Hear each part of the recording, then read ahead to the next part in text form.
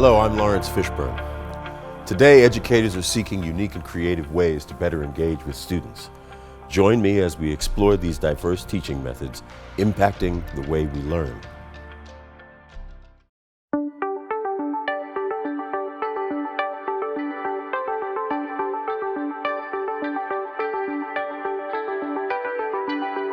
Technology is changing the world around us.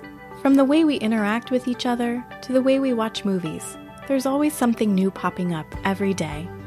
It's also changing the way we work.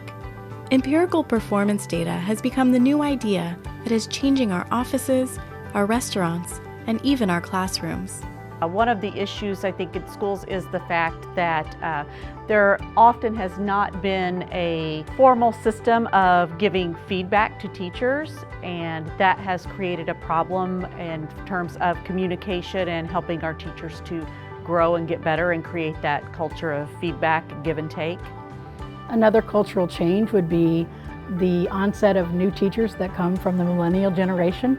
Younger folks come into teaching who are very transient, so they move much more often than I think other generations of teachers moved around both across schools but also across districts. And some of it has to do with the kinds of support they find in buildings with different building leaders. As our economy has shifted and more industries and careers have become available to people, one of the things I think a lot about is how do you make sure people see education and see teaching as an interesting, vibrant field to be a part of for the long haul. Teaching is a very challenging career.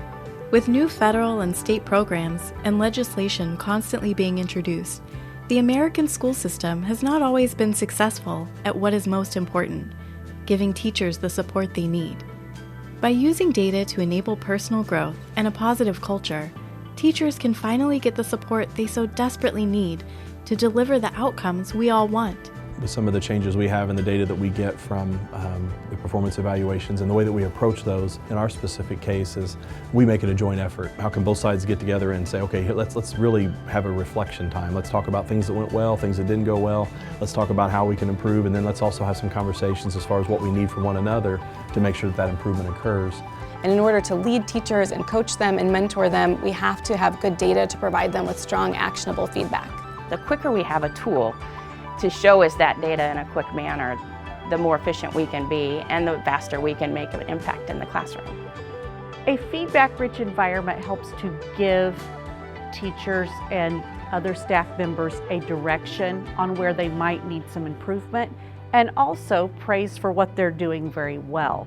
So certainly when we look at this in terms of teacher recruitment and retention and the teacher shortage facing our nation, we need to consider the fact that this feedback-rich culture may help them to actually grow and want to stay in the field. We hope this program has served as an inspiration to you. Be sure to join us next time as we continue to profile thought leaders impacting education. I'm Lawrence Fishburne.